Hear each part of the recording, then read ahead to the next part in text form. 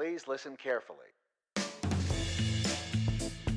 Well, hello, universe. Welcome to the Optimist Daily Update. I'm Summers McKay. And I'm Kristy Jansen, and we're part of the team behind the Optimist Daily, making solutions the news. We bring you reader-funded solutions news every day in order to change the tenor of news media, social media, and the direction of your day to one focused on solutions. 7 days a week, we publish positive news stories written by award-winning journalists and delivered online to your inbox and through our social channels. And also, we are sharing these solutions in a commute-worthy, walk-worthy, home office-worthy, what time is it and why have I been up for 5.5 hours worthy podcast. Today is Monday, the 2nd of November, 2020. So I'm watching real time as Kristy's updating the date in our show notes.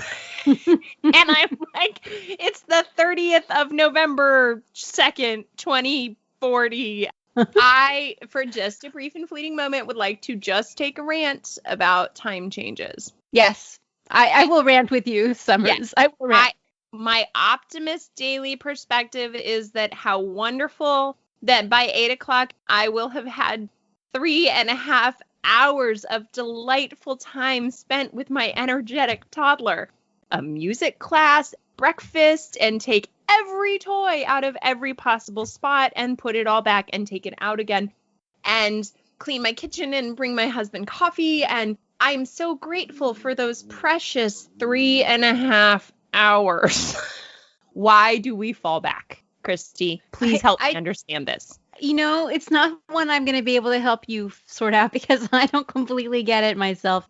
Now in this world where we have electric lights, the sad thing I think is that now at 4:30 in the afternoon, it's going to be starting to get dark, something like that. It's quite distressing. And yes, okay, the sun is out by, 6:30, so we don't have quite that early morning. But yes, our little babies, our children, our pets, they don't get it. You know what I mean? And so right.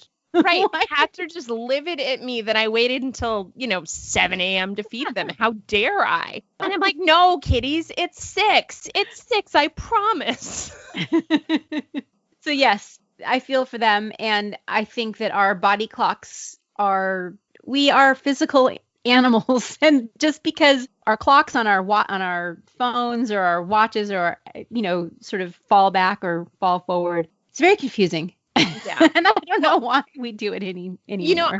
Obviously it came from some, agriculture or agrarian economy back in the day. But we don't have an agrarian economy anymore. I know. We really don't. Although I do live where there is an agrarian economy because where I live, there are a fair amount of farms. But I just think it's quite silly. And just choose one or the other and leave it that way. And I think we'll be happier. I know. But that's not in our control. So that's where we're at. This is our Monday rant, Monday the 2nd of November. But optimistically, I will say, because I posted a picture on Instagram and Facebook of this is my time change toddler face.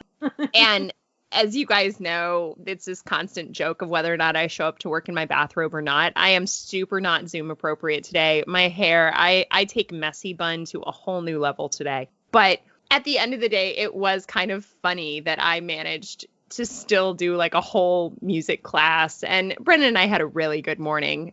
And so I am grateful for that. And I am grateful that I have a wonderful place to come to work. And that a wonderful place that I can come to work wearing a bathrobe and a messy bun.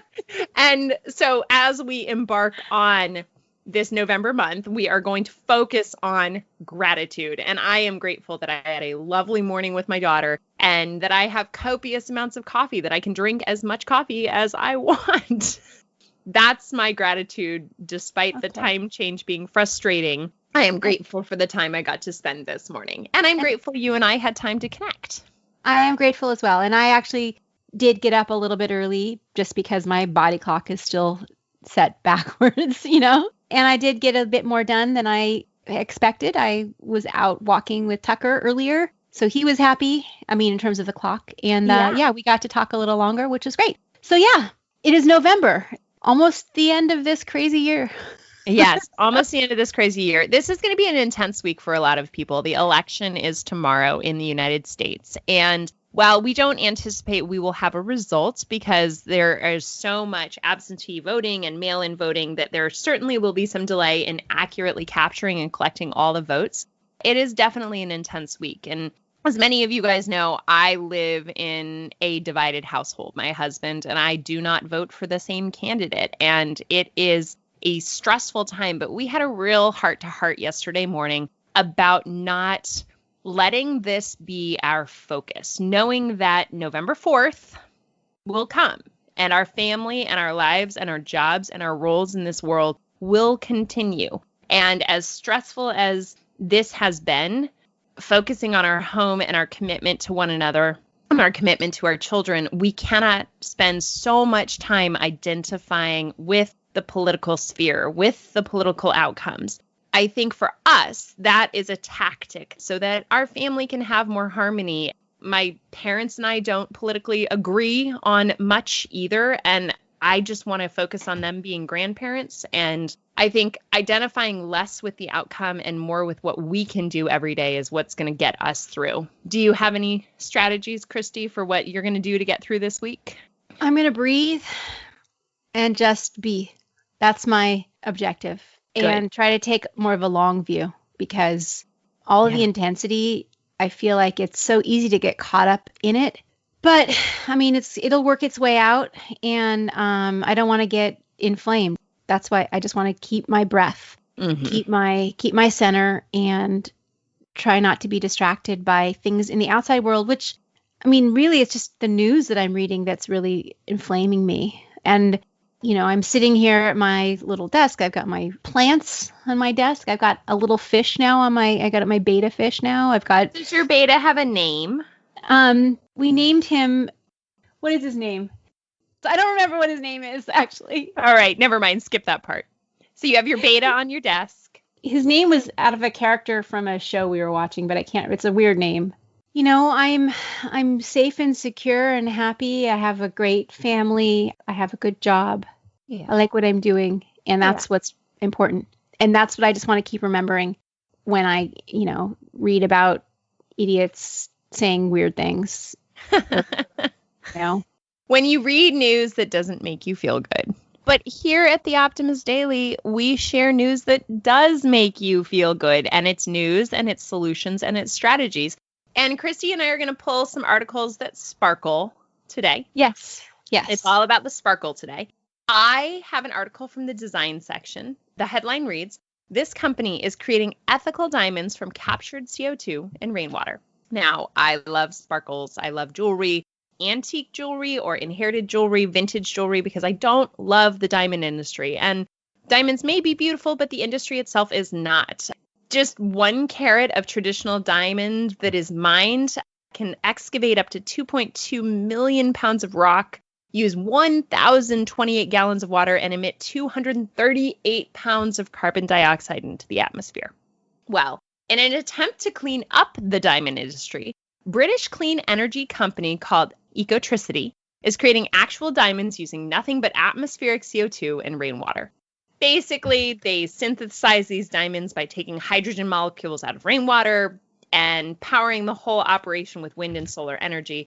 Dale Vince is the CEO of Ecotricity, and he's basically said the company is already capable of making 200 carats of diamonds every month, and making them nothing more from the sky, the air we breathe, is magical, evocative idea. It's modern alchemy. I love this story because I tend to follow designers, especially jewelry designers, who use antique or vintage stones. And there's one here that's an Ojai-based designer. Her name is Jess Mahari, and everything is legacy stones. We all are going to want things that sparkle. There will be certainly a limit on legacy stones, but I just love this. And I think that a refraction of light through a diamond is like nothing else. And I love the idea that it can be made out of air and water. So I love this story, and I'm excited to see what they retail for. I imagine it won't be inexpensive, but it'll be fun to see what they sell for. It is modern alchemy that you can actually put the carbon into a stone, which has both practical and decorative uses, Yes. you know? Yeah, exactly. Well, diamonds are used for so many other things, right? The industrial diamonds and the manufacturing capacity of diamonds are also really, really valuable. So Exactly. what else sparkles on the Optimist Daily today? The article that I wanted to highlight is about a little creature which was rediscovered in Madagascar. The headline reads, "Colorful, elusive chameleon is rediscovered in Madagascar after 100 years." And so it's been over 100 years that this one species of chameleon, which is very colorful, and you have to go look at the image of it because it's quite remarkable. Nobody had documented its existence in Madagascar, which I believe is the only place it actually lives. But recently, some researchers, some scientists did discover it in nature. This elusive chameleon, it's called the Voltskaus chameleon, was discovered several living specimens during an expedition to the northwest of the African island nation of Madagascar. Genetic analysis reveals that it's closely related to another chameleon, the Labrad's chameleon, which is an unusual reptile that spends most of its short life as an egg. So this newly rediscovered species, it's believed to only live during the rainy season. So it hatches from an egg. That was so fascinating. I do think that's so interesting. So it has quite a short life, and it only happens during a particular season when it comes out of its egg. It spars with its rivals, its mates, and then it dies only during those short few months. But it's really a remarkable creature. And the fact that it's sort of been dormant, or at least not known about, for about 100 years shows that even though we think we are the masters of this planet, we are not always. It reminds me last week when we wrote about that coral reef that was next to the Great Barrier Reef in Australia, that was as tall as the Empire State Building, that just recently was discovered, a freestanding coral reef. So this kind of thing is like, we think we know everything, but we really don't. And the other thing that was great about this group of chameleons that was just discovered is that this is the first time that they've also documented the female of the species, which displays some curious behavior. For example, it displayed some particularly colorful patterns when it was pregnant, so as well as when it encountered males or when it got stressed. The female of the species exhibits some different colors, and that was a little bit surprising for the research as well. I don't know about you, Summers. I used to be fascinated by Madagascar because there's some, of course, particular different ways of the animals that live there, because it is an island which is separate from the rest of Africa and was separated for however many millennia. So it's always so interesting to see how certain animals evolve in one direction or another. And this is a great exactly, Madagascar and the Galapagos. And I love these isolated bio environments and how interesting they are. And it makes me excited to know that, things are coming back, right? And we'll see what happens. But this species and many others are under major threat from deforestation. And Madagascar is one of those places that it's a fragile ecosystem that really deserves to be preserved. And so the sighting of these creatures, these chameleons still living on the island, means that there's more than we know. And hopefully it'll help improve the conservation efforts there and in other places around the globe. Well, other stories real quick, because this is a busy Monday on the Optimist Daily that you can check out. Election Day, some climate measures to keep an eye out for. Can you sweat out a cold? Here's what the experts say. We are entering cold and flu season. 2020 voter turnout is surpassing 2016 already among young voters. High levels of vitamin D in the first year may protect children from obesity. 5 morning stretches you can do before you even get out of bed. I wonder if you can do them with a toddler. Milan slashes its greenhouse gas emissions by reducing meat in school lunches. Internet balloon breaks record by spending 312 days in the stratosphere. And a novel device developed by MIT grads could revolutionize dermatology. That and more is on the Optimist Daily today. Thank you all for listening to the Optimist Daily Update. We promise to continue to share positive, solution-based stories with ideas on how you can participate in this changing world and ensure it is changed for good. We promise to cover the current events with accuracy, legitimate sources, and offer you the information needed most to chart new paths for all of us. And please consider becoming an emissary on theoptimistdaily.com. And for just $5 a month, support reader-funded independent journalism. Be a part of the solution-changing consciousness and addressing our world's biggest challenges with a problem-solving mindset. Let's keep the Optimist Daily free for all who need it, supported by those who can. Oh, and by the way, my fish's name is Silas. Silas. Got it. All right. Bye, everybody. We'll see you tomorrow.